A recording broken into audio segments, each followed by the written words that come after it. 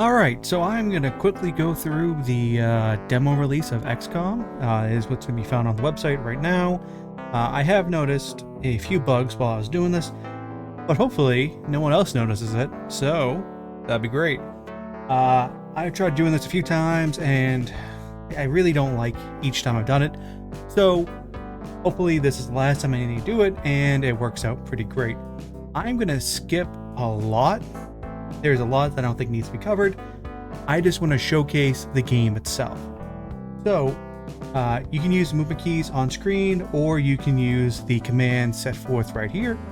And I'm just going to walk through the game a little bit. So I'm going to make my way up to the town using the keyboard commands, right?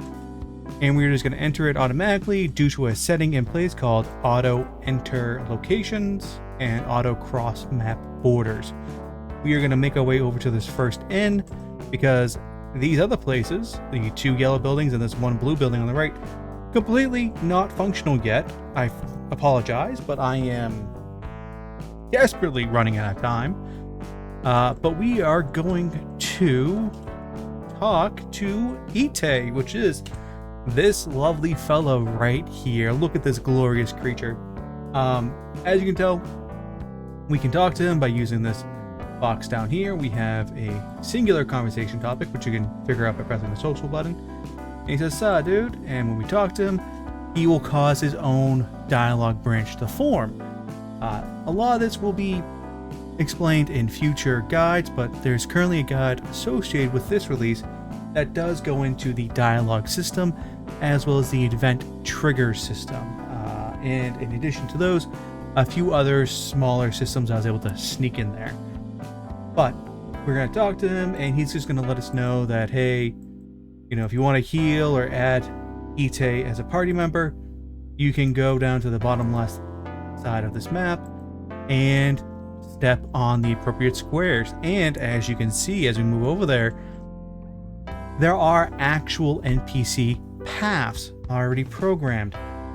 This is going to be one of the few things I do showcase because I think it's cool. NPC path commands are handled by this function. Now, each map can have its own functions, and you can actually swap this in and out because it's all it is just one really big string of text. What the fuck? That's like wrong in 8 different ways. But it's all just pre-compiled text. There's also a tool called the helper tool located within the extra folder applied with this demo release, where you can import and export and build your own NPC map commands. Please take a crack at it. It's fun. Just as a little note, it does not need to be continuous. You can have breaks. You can have something that, you know, on the first 5 steps will do this, and then on the next section is 30, 40, 50 steps later. That is fine. But that's how that works. We're going to shorten that up so that we're not going to ruin our map. And we are just going to very quickly add Ite to our party. As you can tell, we have no one in our party. We're going to jump over. Because this is using a debug method, Ite is not going to be properly added. And speaking of debugging, if you ever need to unstuck yourself, maybe a conversation tree got broken or you're stuck in a battle that'll never end, you can press this debug unstuck and it should fix it. You might need to delete a few pictures, but that's all you'll have to do. And lastly, the debug level up. If you manage to kill enough creatures, your XP will have a little dagger here. When you see that, you can press this debug level up and then you can level up. It's pretty cool. We're also going to heal because we added Ite to our party. We gain an extra 40 to our health. And there we go. Now we're going to make our way across the map. As you see, our characters have left. We too shall leave. They are now conversing over there. We're going to leave. We're going to go all the way to the right. And as you quickly saw, there are animation states depending on what type of cell you are in. That is solely based on the color of the cell. And that applies to also like any sort of borders drawn on the cell and things of that nature. Any patterns as well.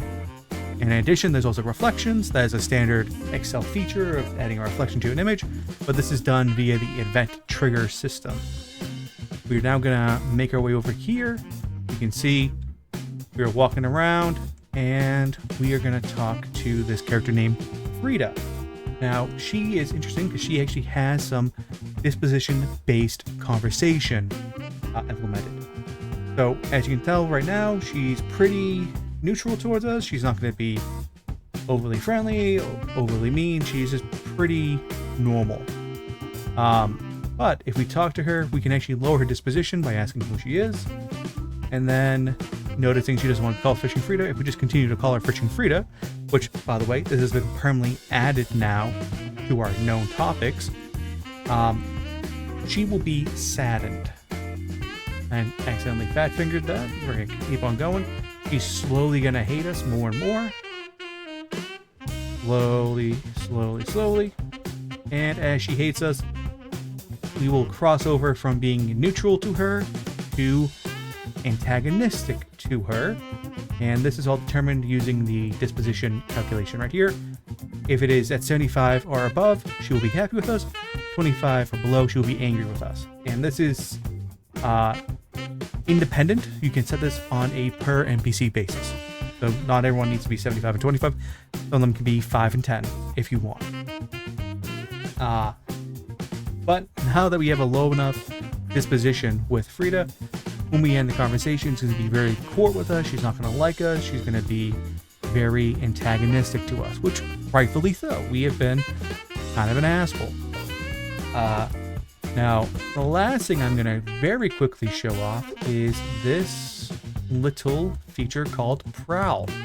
Now, when you walk enough steps, you will have an encounter that is determined by this encounter rate, which you can change or modify as you see fit. Right now, for debugging, I set it to 20.